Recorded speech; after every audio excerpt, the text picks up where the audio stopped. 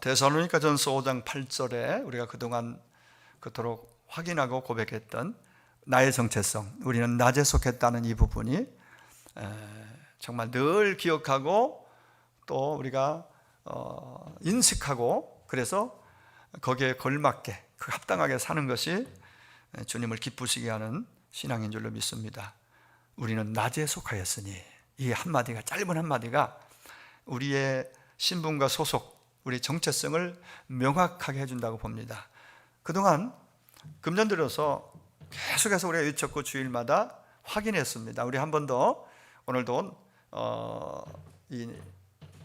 우리의 정체성을 하나님 앞에서, 나는 누구인가, 여러분은 누구인지 세 가지 그동안 해왔던 걸 한번 큰 소리로 고백하도록 하겠습니다. 집에 예배하시는 분, 영상으로 예배하는 분들 다 같이 하시겠습니다.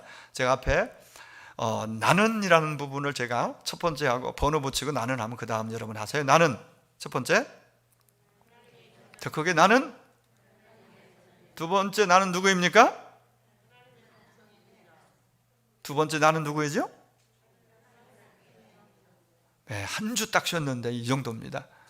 네, 전전주까지 했어요. 부활주일 때는 안 했던 것 같은데요, 한 주 우리가 그냥 지나왔어요. 자, 그러면 제가 미리 말씀드리고 여러분 한번 다시 하겠습니다. 나는 하나님의 자녀입니다. 나는 천국의 시민권자입니다. 나는 낮에 속한 하나님의 백성입니다. 예. 뭐 다른 표현들도 많이 있지만 세 가지로 충분하다고 봐요. 자, 여러분 누구입니까? 첫 번째로 나는, 여러분은, 두 번째, 세 번째. 그렇습니다. 예, 잊지 마십시오. 기억하십시오. 우리가 이 자리에 있는 것도 그러한 나의 신분과 소속, 하나님께 속한 하나님의 자녀이기 때문에 오늘도 기억하고 나와서 예배하고 있지요. 또 있는 곳에서 하나님을 찬양하고 있죠. 자, 갈라디아 2장 10절은 우리가 가장 많이 들었던 말씀 중에 하나입니다. 그게 바로 부활신앙, 진정한 신앙인의 모습을 바울이 우리에게 그 고백을 통해서 알려주고 있습니다. 나는 죽고 예수로 사는 거죠.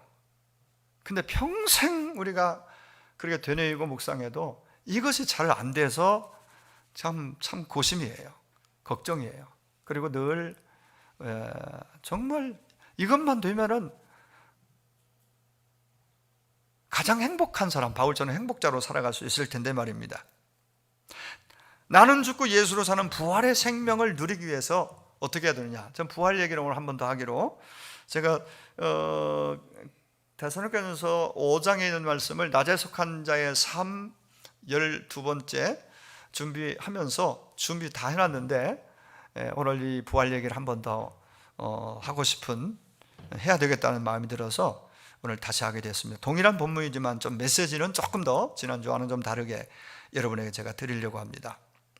자, 세 가지를 삼중부활이라고 보통 얘기하는데 제가 그냥 붙였습니다. 어느 책을 통해서 이게 참 맞는 말이라는 생각이 들어서 소개합니다. 역사적 부활을 믿어야 됩니다. 2000년 전에 실제적으로 이 땅에 오신 예수님이 죽으시고 부활하셨잖아요. 그 사실, 역사적 사건으로 믿는 것부터 시작이 돼야 됩니다. 성경에 기록된 모든 내용들은 역사적인 배경이 있고 사건이에요. 실제 있었던, 하나님이 당신의 백성들에게 들려줬던 메시지, 그리고 상황, 사건을 배경으로 가지고 있습니다. 자, 예수님의 부활은 역사적인 사실입니다. 역사적 부활입니다. 두 번째는 실존적 부활입니다. 다시 말하면 십자가와 부활이 성령의 역사로 말미암아 나를 위한 십자가, 나의 십자가, 나의 부활, 이렇게 믿어야 됩니다. 우리가 그런 찬양도 드리잖아요. 예수 생명 내 생명, 예수 부활 내 부활. 근데 예수님의 부활이 나의 부활이 된다는 걸 믿어야 됩니다. 예수님의 죽으심이 나의 죽음, 그 안에 갈라디아 2장 10절이죠. 내가 거기서 죽었고 나의 죽음이에요. 여기까지 가야 신앙이 든든히 세워져 간다고 봐요. 그리고 세 번째 중요한 건요, 가장 중요하다고 볼 수 있습니다. 앞에 물론 그 두 가지가 배경이 되고 기초가 돼서 현재적 부활, 지금 그 부활의 생명을 가지고 살고 있느냐, 그런 확신이 있느냐, 부활의 생명을 누리고 있느냐 하는 부분이에요. 죄란 놈은 예수 믿는다고 그냥 사라지지 않습니다. 여전히 내 안에 죄성이 남아있고, 밖에서 보는 것 듣는 걸 통해서 보이지 않는 악한 영 사단은 자극해서 죄로 끌어가고 계속 갈등하고, 그리고 죄에 빠지도록 우리를 유인합니다. 그래서 현재적 부활을 누리려면은 날마다 바울처럼 내 죄와 허물은 십자가 이미 죽었다고 선언하고 날마다 죽었습니다. 거기서 끝나면 안 돼요. 그 자리에 죽고 내 안에 부활하신 예수님이 내 안에 거하십니다.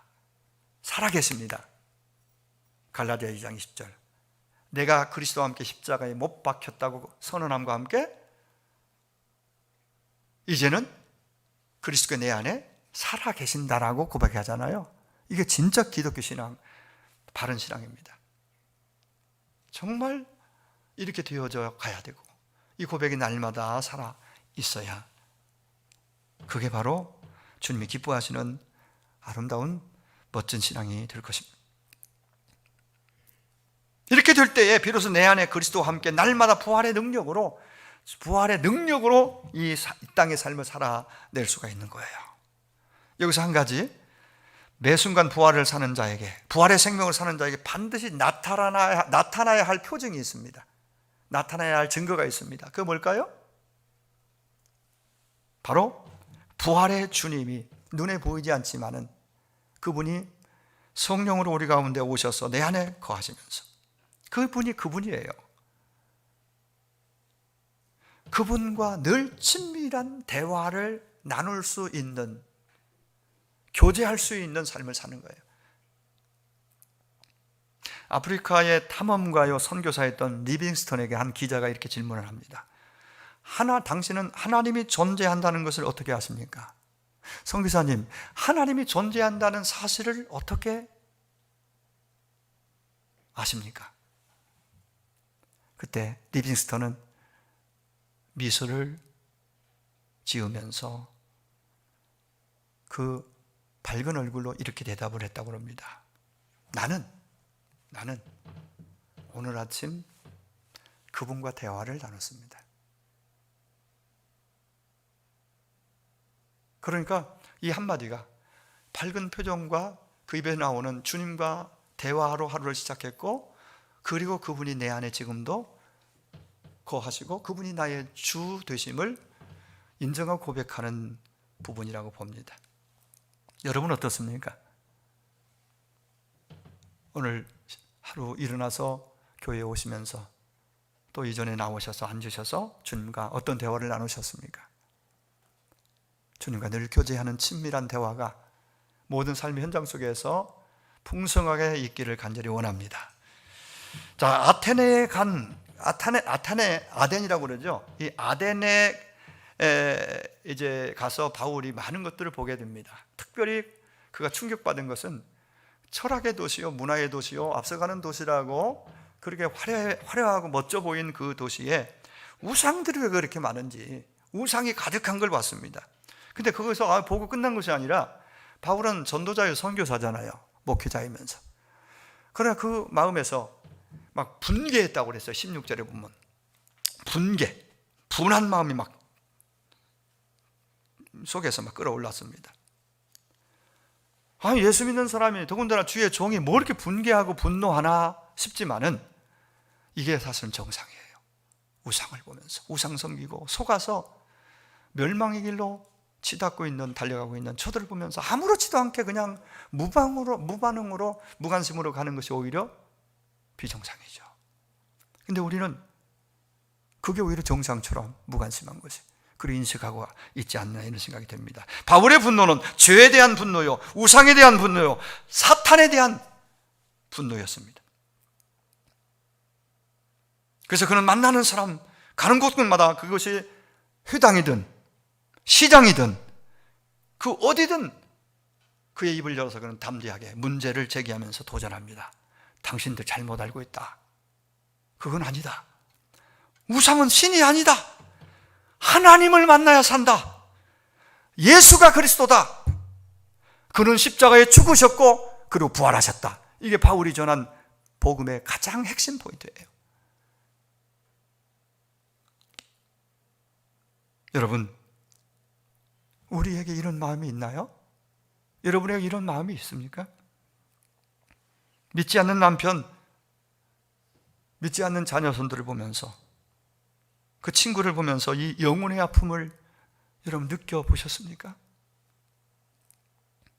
사탄이 얼마나 교활한지 우리를 점점 무덤덤하게, 미지근하게 만들어서 사탄이 자기 의도대로 우리가 그냥 할 수밖에 없도록 만드는 고도의 전략을 펼치고 있습니다.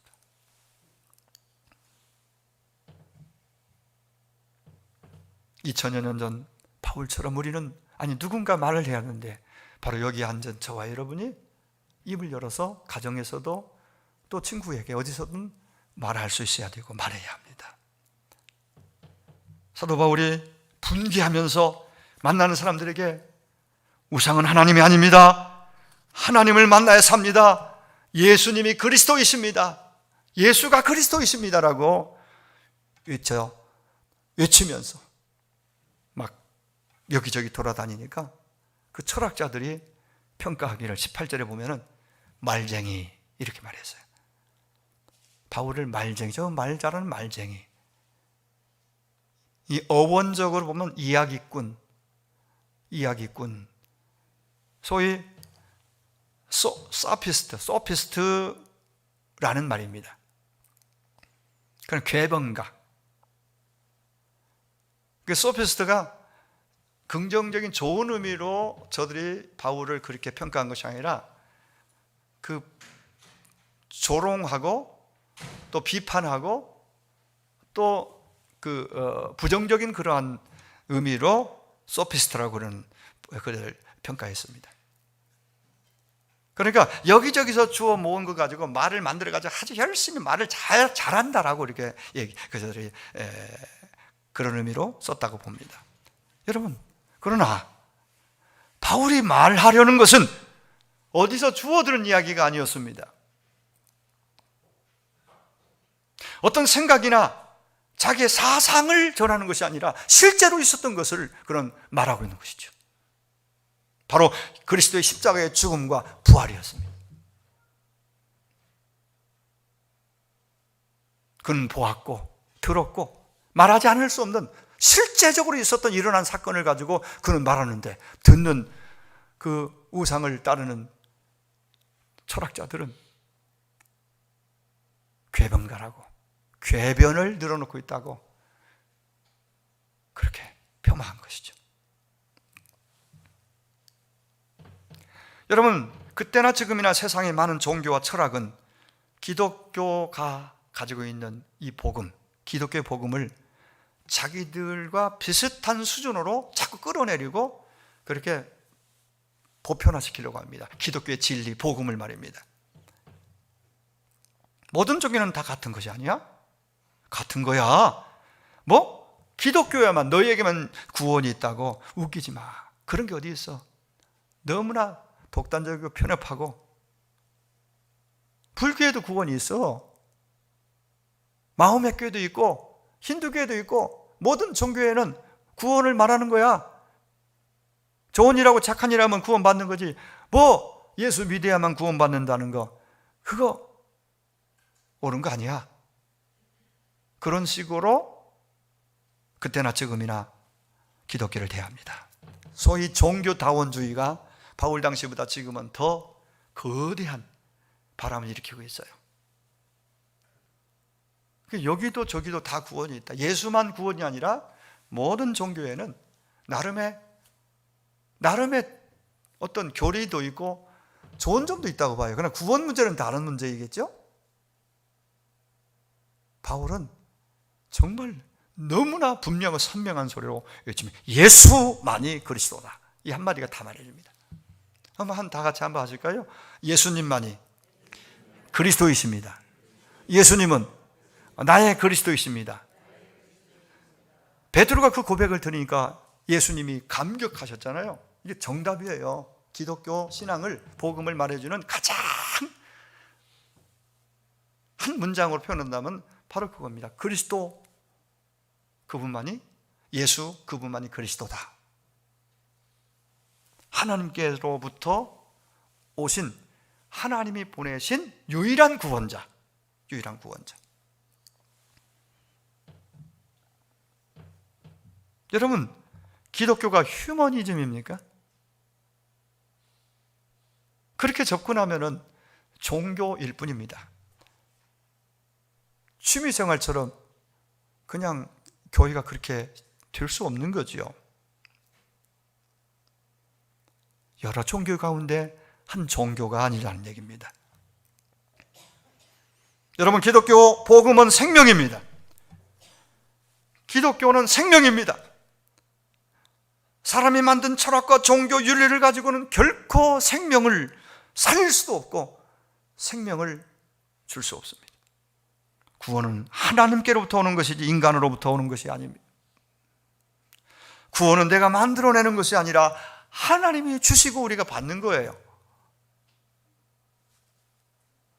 우리는 그냥 웬 은혜입니까 하고 받는 거예요. 받아들이는 거예요. 예수님이 널 위하여 날려 죽었다면 그렇구나 하고 믿어지고 믿음의 손으로 받고, 부활하셨다면 그것도 나를 위해 부활하셨구나 그렇게 믿고 받아들이면 그래서 구원이 성립이 되는 거예요.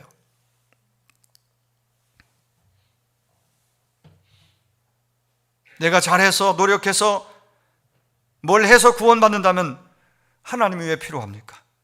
예수님의 십자가 부활이 뭐가 필요하겠습니까? 내가 그렇게 하면 되는 거죠. 노력하고 수고하고 돌을 닦고. 속으면 안 됩니다. 오직 예수님만이 그리스도이십니다. 그렇다면 바울이 아레오아고에서 증거한 것이 뭘까? 오늘 17장 배경입니다. 오늘 일부만 읽었지만은 그 전체 내용 메시지 가운데서 두 가지 중요한 메시지를 우리에게 전해주고 있어요. 지난주도 좀 말씀드렸습니다. 그 하나는 하나님에 대한 겁니다. 하나님이 누구신가? 이 부분을 명확하게 구약의 역사를 들어서 사실을 얘기하고 있어요.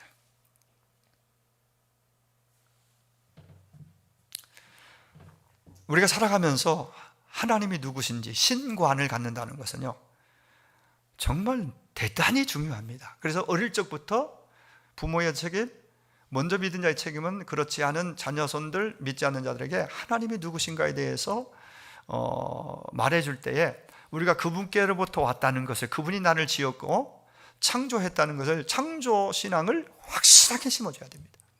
이 신관에서부터 인생관이, 또 세계관이, 그 기초가 거기서 기인합니다. 우상을 섬기는 사람하고 살아계신 하나님을 믿는 사람은 전혀 다를 수밖에 없습니다. 생각이 다르고요, 한 이불 속 같은 울타리 안에 거해도 다른 거 다 통하고 좋아도요, 진짜 하나님을 믿고 안 믿고가 어마어마한 차이를 둡니다. 근본적인 차이를 가져옵니다. 목적이 달라요. 방향이 달라요. 그리고 삶의 모든 걸 마치고 결과가 달라요. 종착역이 달라요. 여러분, 하나님을 모르면 결국 지식이 아무리 많고 아무리 멋있고 인격적이라 할지라도, 고상한 인생 같아도 전도서에서 말하는 것처럼 헛된 해벨 인생이 되고 맙니다. 허망한 인생이 되고 맙니다. 하나님 없으면 허망합니다. 그걸 우리는 알고 하나님 없는 사람들은 모른단 말이죠. 알고 있는 우리의 책임과 우리의 의무는 알고 있는 것을 모르는 자들에게 분명하게 바울처럼 말해야 됩니다. 살아가면서 하나님을 알되 바르게 하는 것은 가장 중요한 일이고 우리 인생의 가장 중요한 최대 과제라고 생각됩니다. 여러분, 오늘 본문에서 바울은 하나님을 말할 때 세 가지를 얘기합니다. 그 하나가 어제도 지난주에 말씀드린 창조론적 신관입니다. 하나님은 우주 만물을 지으셨다. 그리고 그분은 지으시고 지금도 여전히 그 하나님은 모든 역사를 주관하고 계신다. 그 얘기예요. 근데 얼마나 많은 이 땅의 사람들이, 많은 사람들이 하나님의 존재도 인정하지 않고 당연히 그런 것들을, 그 이하 모든 것은 하나님 인정하지 않으니까 안 믿죠. 그렇게 또 여전히 그렇게 살려고 몸부림을 치는 모습도 봐요. 그렇게 갑니다. 그러나 하나님을 아무리 부인하고 부정해도요, 하나님은 계신 겁니다. 하나님은 영원 전부터 영원까지 하나님은 그냥 계세요, 스스로. 그리고 그분은 지금도 살아계셔서 온 땅을, 전 세계 역사를 주관하고 계시고 통치하고 계신다. 우리는 그 신앙을, 그 믿음을 가지고 있습니다. 여러분 믿으시죠? 창조론적 신관입니다. 두 번째는요, 그 하나님은 사람이 손으로 만든 어느 일정한 특별한 어떤 장소에만 계시지 않는다는 거예요. 그리고 하나님 뭐가 부족해서 우리가 영광을 드려야만 영광이 되고 물질을 드려야만 그 물질 가지고 사시는 분이 아니에요. 우리가 착각하면 안 됩니다. 우상은 사람들이 만들어서 어디다 세워놓습니다. 넘어지지 않게 때로는 못질을 합니다. 다듬습니다. 그리고 그게 신이라고 세워놓고 절을 하고 또 복도 달라고 합니다. 지난주에 말씀드렸듯이 그 돼지머리, 인상 좋은 웃고 있는 모습에 돼지머리 놓고 그러면 신수가 피는지 모르지만 그 앞에 가서 복을 달라고 절하면서 빕니다. 이게 정말 지식도 부족하고 인격도 부족한 사람들이 참 무지해서 몰라서 어쩌다 하는 그런 행위가 아니라 대학 나오고 대학원 나오고 그리고 많은 사람들부터 존경까지 받는다고 하는 사람들도 하나님 없으니까 그 돼지머리 놓고 가서 절을 하더라 이 말이죠. 우상은 움직이지 못합니다. 스스로 손 하나 손가락 하나 까딱이지 못합니다. 그냥 공간에 넣으면 거기에 그냥 옮기지 않으면 평생 그냥 갇혀 있는 거예요, 그곳에. 그러나 우리 하나님은 어떻습니까? 완전하신 분이세요. 사람의 손으로 만든 어떤 곳에 들어가 앉아만 계시는 분이 아니란 얘기예요. 나무나 돌을 깎아 특별한 모양을 만들었다고 그것이 신이 되는 것이 결코 아닙니다. 또 뭐가 부족해서 사람들이 헌금이나 아까 말씀드렸죠, 어떤 재물을 드려야 재물 받아먹고 사시는 분이 아니세요. 그냥 스스로 영광 그 자체로 영광스러운 분이고 스스로 계시면서 온 땅을 다 운행하시는 전능하신 분이세요. 전지하신 분이세요. 우리가 하나님 그런 신을 만들 수 있나요? 그 하나님이 우리를 만드셨잖아요. 그 하나님이 나를 만드시고 온 땅에 보이지 않는 모든 세상을, 세계 만물을 그분이 만드셨어요. 우린 그걸 들었고 또 믿고 알고 있습니다. 그리고 그렇지 않은 자녀손들에게, 그 누군가에게 바울처럼 말해야 됩니다. 우상은 신이 아니라고. 하나님은 이런 분이라고. 그리고 또 하나는, 하나님은 어떤 분이신가? 하나님은 누구신가? 하나님은 생명과 호흡을 주시는 분일 뿐만 아니라 인간의 모든 것을 친히 지금도 공급해 주신다. 25절입니다. 아까 말씀 앞에 두 가지는 24절의 말씀을 가지고 두 가지 말씀드렸고 25절이에요. 그 하나님을 우리는 오늘 또 만나야 되고 그리고 그 하나님과 함께 살아야 됩니다. 그게 구원이에요. 만나고 그분과 함께 동행하는 것, 이게 기독교 신앙이고 그게 구원받은 자의 모습이에요. 오늘 28절 9절에 우리가 그를 힘입어 살며 기동하며 있다, 그렇게 말합니다. 모든 인간은 하나님이 만드셨잖아요. 아담으로부터. 그럼 그 하나님으로 인하여 살아야, 그 하나님의 은혜와 힘을 덧입어 살아야 그게 참으로 정상인 거예요. 정상. 그리고 그렇게 사는 자에게 하나님이 행복을 주십니다. 행복이 들어옵니다. 평강이 있어요. 안정이 있어요. 그리고 또 하나 큰 메시지가 있습니다. 하나님이 누구신가와 함께, 그럼 그 하나님을 어떻게 만날 수 있는가? 그 하나님을 어떻게 우리가 만날 수 있는가? 그 길을 분명히 말씀해 줍니다. 여러분, 그 하나님은 놀랍게도, 정말 놀랍게도 그 창조주 하나님이 사람의 몸을 입고 이 땅에, 요한복음 1장 14절 이 땅에 오셨잖아요. 그분의 이름이 누구죠? 창조주 하나님이 사람의 몸을 입고 2000년 이 땅에 오셨어요. 그분이 누구예요? 예수님이세요. 놀랍게도 그분이요, 저와 여러분의 모든 인류의 죄를 대신 지고 죽으세요. 세상에 그분이 내 죄, 여러분의 죄, 모든 인류의 죄를 해결하기 위해서, 그 문제 해결하기 위해서 대신 죽으십니다. 그리고 구약에 이미 약속했고 주님이 살아계실 때 예수님 말씀하신 대로 3일 만에 부활하세요. 부활하셨어요. 그래서 이것을 믿는, 이것을 깨닫고 들은 사람들은 그래서 예수를 그리스도라고, 하나님이 보내신 구원자요, 그리스도라는 말씀에는 그분이 삼직을 대제사장으로서, 사도로서, 선지자로서 오늘 나와 여러분을 위해서 그렇게 십자가를 짊어지시고 대신 죽어주시고 그 부활하신, 그리고 그분이 우리에게 말씀으로 말씀해 주시는 그런 놀라운 은혜를 담아서 한마디로 예수는 그리스도, 나의 그리스도이십니다. 하나님의 그리스도, 하나님께로부터 오신, 그리고 나의 그리스도, 나의 구원자. 이렇게 우리는 고백하는 거죠.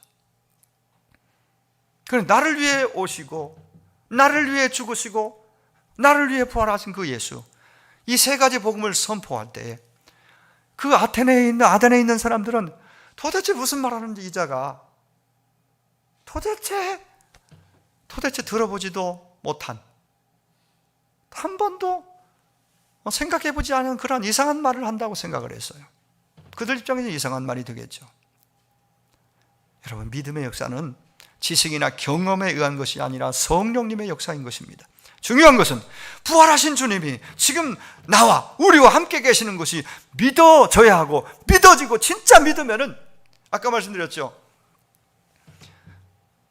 역사적 부활,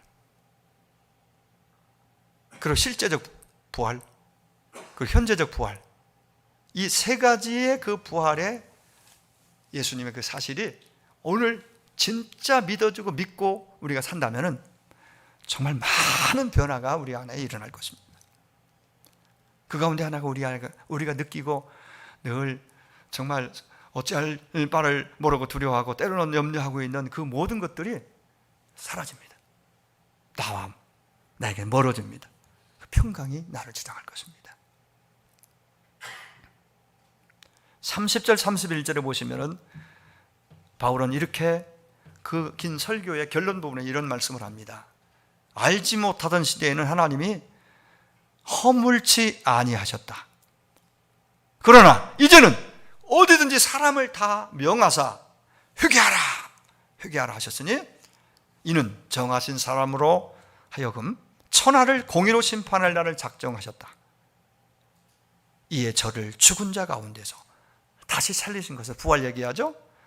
죽은 자 가운데서 예수님 다시 살아나심으로 살리신 것으로 모든 사람에게 변명할 수 없도록 믿을 만한 확실한 증거를 주셨다. 이렇게 믿을 만한 증거를 주셨다. 그렇습니다.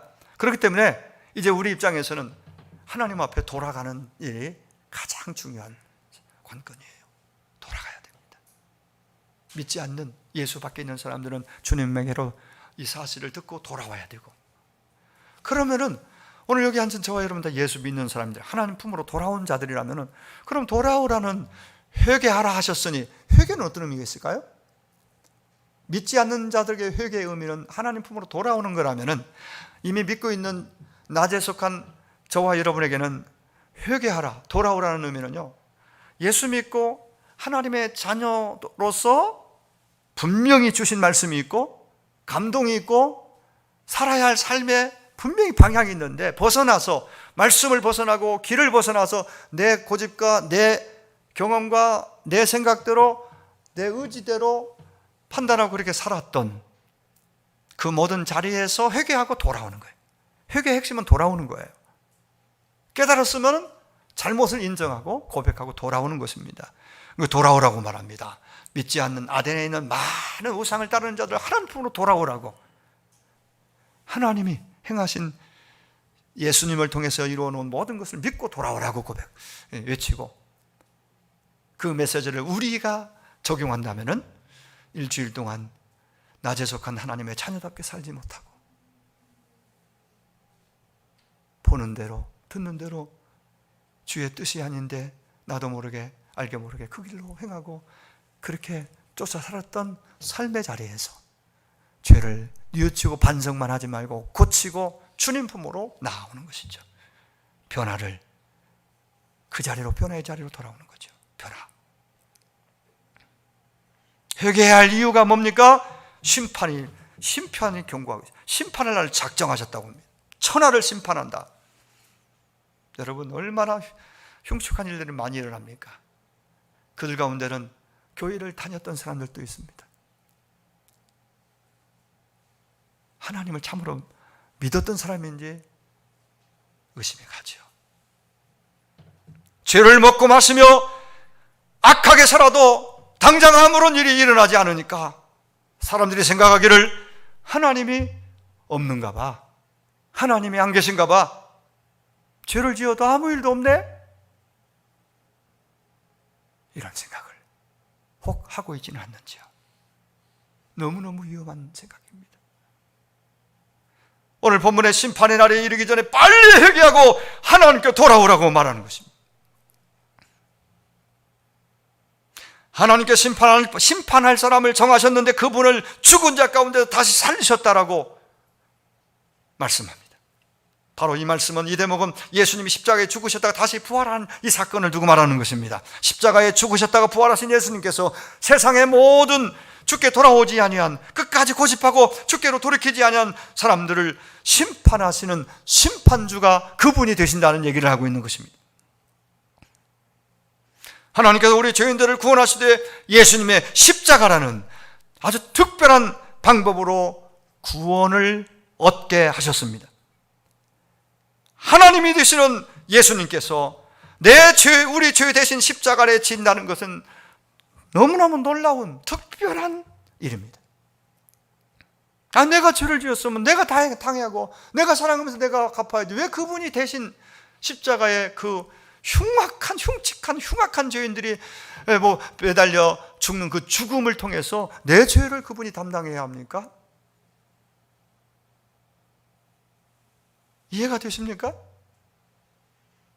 이해 안 돼도 믿음이 나를 살린다고 그랬잖아요. 그분이 그랬구나. 그래서 은혜라고 말하는구나. 그것을 믿는 믿음만 가지면 구원을 받고 하나님의 자녀가 되고 낮에 속한 천국 시민권자로서 살도록, 이 땅에 살도록 하시는 것, 특별한 은혜가 아니겠습니까? 그러면 여러분 한번 생각해 보십시오. 하나님께서 왜 그렇게, 다른 방법도 있을 텐데 그렇게 힘들고 흉측하고 고통스러운 십자가를 통하여 우리의 구원을 이루셨을까? 왜 대신 그분이 그 흉악한 죄인들이 받는 벌을 받도록 하셨을까? 한번 생각해 보셨습니까? 하나님의 그 깊은 뜻을 다 이해할 수는 없지만은 예수님의 십자가상에서의 고통스러운 죽으심을 통해서 저와 여러분, 모든 인간들이 십자가 처형을 당할 만큼 흉악한 죄를 지었다는 것을 우리에게 알려주고 있는 거 아닐까요? 그 흉악한 죄인이라는 거예요. 그 바울은 내가 죄인 중에 죄인, 괴수라고 말하잖아요. 주님에게 더 가까이 가서 그 주님 앞에서 나를 보면은 내가 얼마나 나는 의롭고 남보다 선하고 착하게 살은 줄로 그렇게 여겼는데, 복음을 깨달으면 깨달을수록, 말씀 앞에, 주님 앞에 더 가까이 다가설수록 내가 얼마나 추하고 추한 죄인인가를 비로소 알게 되기에 죄인 중에 죄인, 괴수라고 말인 거예요. 바로 나를 위한, 나 때문에 당한 주님의 십자가였습니다. 또한 예수님이 성경대로 부활하심으로써 예수님만이 하나님이 보내신 유일한 메시아이시며 구원자이시며, 그로 말미암아 부활을 통해서 나와 여러분의 모든 죄가 사해졌음을 확증하고 있습니다. 고린도전서 15장 17절에 그리스도께서 다시 사신 것이 없으면 너희의 믿음이 헛되다고 그랬습니다. 더 나아가서 여전히 죄 가운데 있다고 말합니다. 부활이 없었다면 우리의 믿음이 헛되고 죄 가운데 우리는 헤매고 있을 거라는 얘기예요.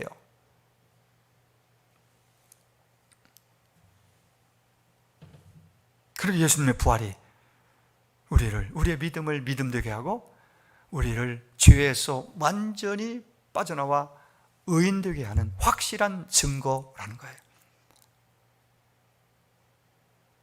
또한 예수 믿는 저와 여러분이 이 땅에 살다 죽지만은 주님이 부활하신 것처럼 부활의 첫날에 되신 주님을 보아하니 우리도 주님처럼 부활할 수 있다는 소망과 확신을 우리에게 허락해 주십니다. 여러분, 하나님 만나고 그 좋은 천국 가는 길은 오직 예수 그리스도밖에 없음을 믿으시기 바랍니다. 죄와 죽음과 심판에서 우리를 건져내 하나님의 자녀 되게 하신 분은 오직 예수님밖에 없습니다. 그리스도밖에 없습니다. 그 예수님 부활하셨기 때문에 오늘도 성령으로 저와 여러분 가운데 우리 안에 오셔서 함께 하실 수 있게 되셨습니다. 그렇습니다. 예수를 믿는다는 것은 예수님의 이 땅의 탄생부터 해서 그분의 고난과 십자가, 죽음, 부활, 승천, 재림까지 그 모든 것을 다 통째로 하나하나, 그리고 통째로 믿는 것을 기독교 믿음이라고 말합니다.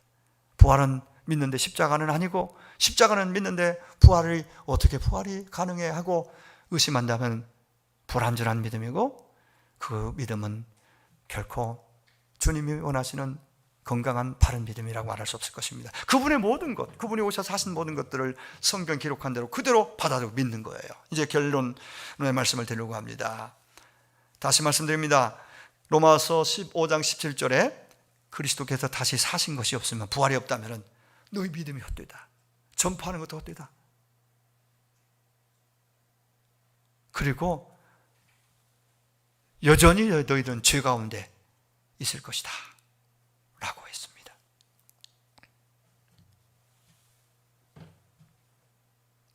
예수님이 우리의 죄를 위해 십자가에 죽으시고 다시 살아나심으로써 죄와 사망 문제가 완전히 해결되었습니다. 그리고 믿는 모든 자에게 의롭게 되었다는 의인의 칭호를 주실 수 있게 됐고, 이 믿음이 부활로 확립되었다.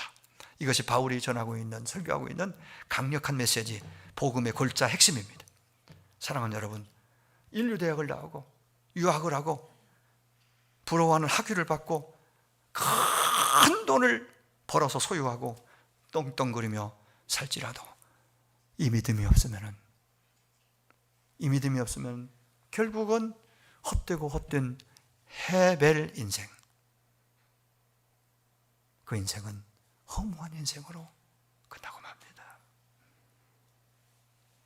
평생 살면서 내가 어디서 와서 왜 살고 어디로 가는지, 누구에게로 가고 있는지 조차 모르고 사는 것이 어찌 지혜롭다 하겠습니까?